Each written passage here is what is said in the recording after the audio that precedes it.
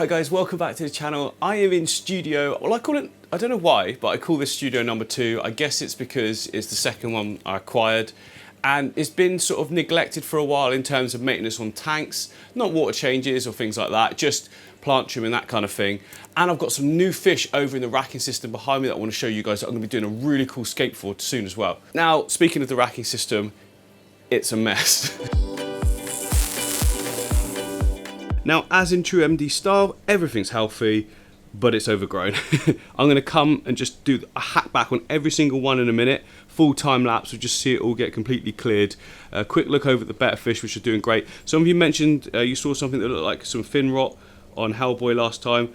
Well, to me, his fins look really, really good. I'm not quite sure if... have a look again, look, can we see any... Is that fin rot, or it looks just kind of like the pattern to me? I mean, it doesn't look any different to how I've always seen him. Look at him flaring at me. Hello, buddy. The other one on the other side, just waiting to be fed as well. But yeah, so they're looking good. This tank actually looks really good right behind this pearlweed. If I get it out of the way. Oh, there's loads of babies in here as well. That's really cool. There's still... I missed so many because they're really, really tiny. And I kept feeding the tank and it turns out there's so much more in there than I thought. And over to the side here, down in this tank here, I've got some brand new fish, which I'm going to show you in a minute. They look like endlers. They're not endlers. They're like big endler. They look fantastic. So I need to trim back first and foremost this whole thing, clear some of the floating plants on the platy tank, and on the well, that was a black water tank that we did down here, wasn't it? But now it's just got these glow light tetras in it. These big chunky boys as well. Look at them. They're huge. Can I turn that up? No, I can't turn it up. There we go. Look at the size of them. Loads of floating plants need to come out though, because it's really dark in there. And I know a black water should be dark, but I mean that's too dark, isn't it? Anyway, let's get everything hacked right back. I'm talking right back. This one I hacked right down to the bottom. It's already grown quite a little bit, but I quite like it at the moment. It's acting really good for the temporary tank for bringing the fish in that you can sort of see there. I'll show you close-ups in a minute. Really cool. We've lost the crystals. There's no more crystals left. I don't know why. But the black crystals are doing great. There's still loads of them there. And there's a stray orange. They're supposed to be in this tank. It's hopped across. This is looking, yeah, we'll get on. It's all going to look good in a minute. Right, let's just go. Right, there we go. That didn't take too long at all, to be honest. But it does look a little bit drab at the moment. It doesn't look as vibrant as it did, because obviously we've hacked back so much. That pearlweed in the front there looks like that a few weeks ago, so in no time at all it'll just go back to being good again. Yeah, I don't know what happened with the crystals, because technically the same species as the black ones that we've got in here, and these ones are doing really well. I'll test the water in a minute, but it's been running for like, I don't know, 4-5 months now, this tank, so there shouldn't be anything wrong with it at all. Anyway, the filter's gone a bit funny, to be honest, but that's not going to massively affect things. I mean, it's still sort of half running. I couldn't see that before, obviously, because it was all buried under all that pearlweed.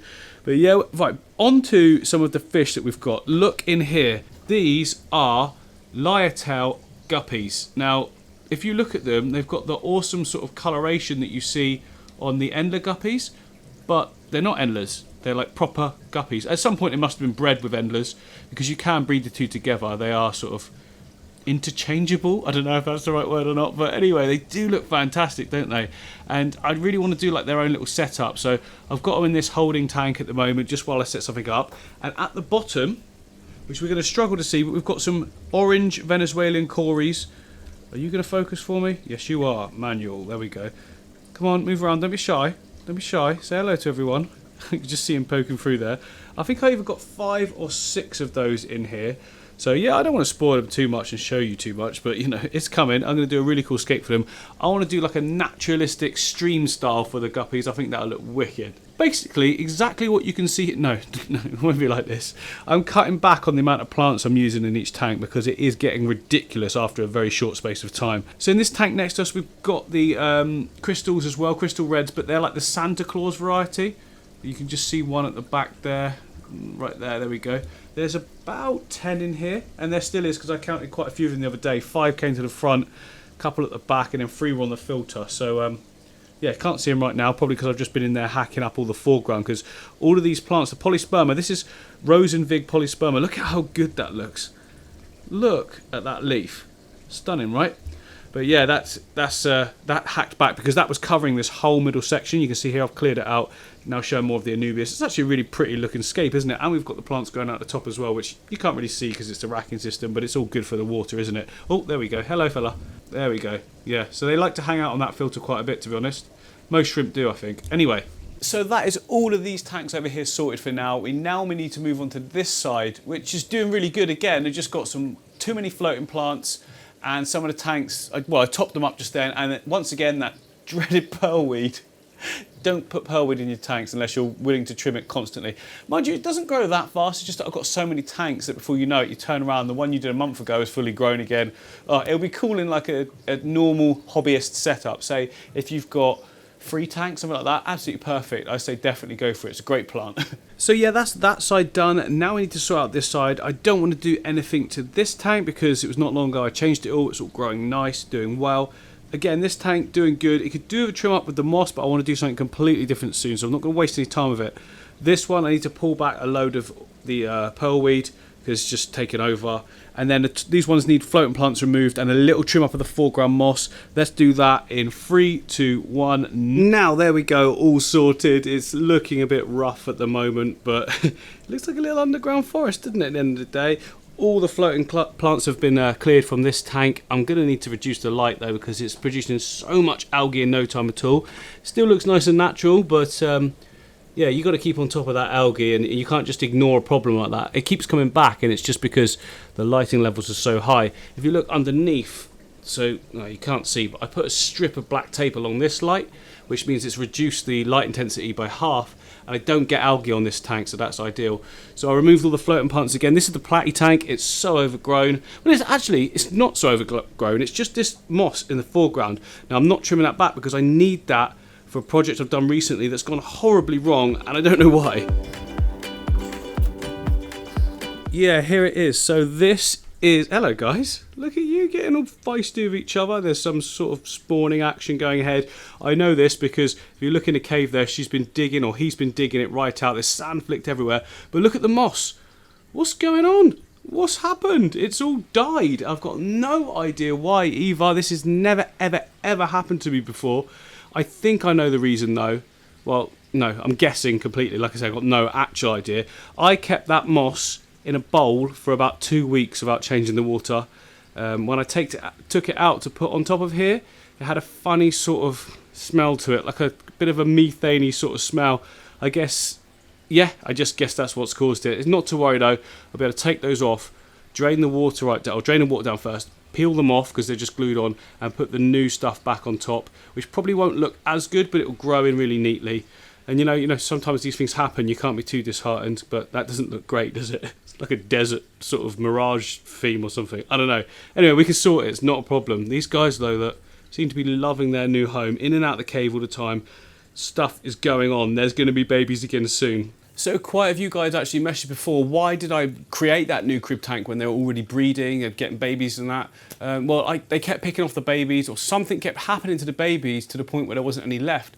Now the point I've done this one for is so that I can monitor it so much better. It's pretty much open all the way around the island. Is it an island? Cave? Islandy cave. Except for inside. Now, when the babies come out, I can monitor them. When they get to a good size, I can actually take them out and put them into a sort of nursery tank, and I can bring them up then. Some people have told me that they've had great success just leaving it alone, letting it do its thing. That's not been the case for me, so I want to do something different. It's probably because the size tank versus the amount of babies. If you've got those cribs in a big tank, say like the 4-foot one with the Lake Tanganyika one, loads of plants, then yeah, tons of the babies probably going to survive. But saying that, the tank above it has got my pistogramma in, and that's got 2 sets of babies in now. It's got the previous generation now growing up and free swimming around. I've seen about 3 or 4 of them, and it's got brand new babies again, so it can happen with the smaller tanks, just maybe not with the cribs. The pistos seem to be a little bit more forgiving of their offspring for some reason. And Discus update, I've got some really good news, guys. I think the pigeon blood, well, it's leaning up now because it thinks I'm about to feed it, but I think the pigeon blood is getting better. When I'm sat back, look, there's not wafting constantly. Remember before, the fins were just waft as it tried to stabilise. Well, now it's just sort of staying there on its own without really having to do a lot, just like the other guys do really as well. I mean, that one's going for it at the moment. Again, they all think I'm about to feed them. Not just yet, guys. It's not feeding time. But yeah, looking so much better, which I'm really happy about because I really want this one to get better. Look at that, so slow breathing, so it's not out of breath where it's having to constantly work. Look, rest in there, not floating up. It's near the surface, it is, because it thinks I'm going to feed it. Look, so if I'm like lifting, it thinks that there's food coming in, but there's not, which is another good sign, because before it wasn't even interested in food, it just wanted to sort of hide somewhere. But now it might be time shortly to put it back into the main tank, you know, let it de-stress, because it can't be great in there on its own, can it? I think I'm going to do that, to be honest. I think I'm going to do it one more salt bath and then I'm going to put it back in. Oh, just quickly guys, something I forgot to mention over at Platy Tank. You can look in there and see, look, there's no platies. Where are they? Well, there are actually two in there. There's a male and a female. Loads and loads of babies, plus the first babies I ever got, which are over in the other studio in that setup I did for them. So yeah, if you remember, I set up this tank here, guys, for all the baby platies. You can see there's like 8 in there, something like 8 or 9. Anyway, this tank, look, looking fire.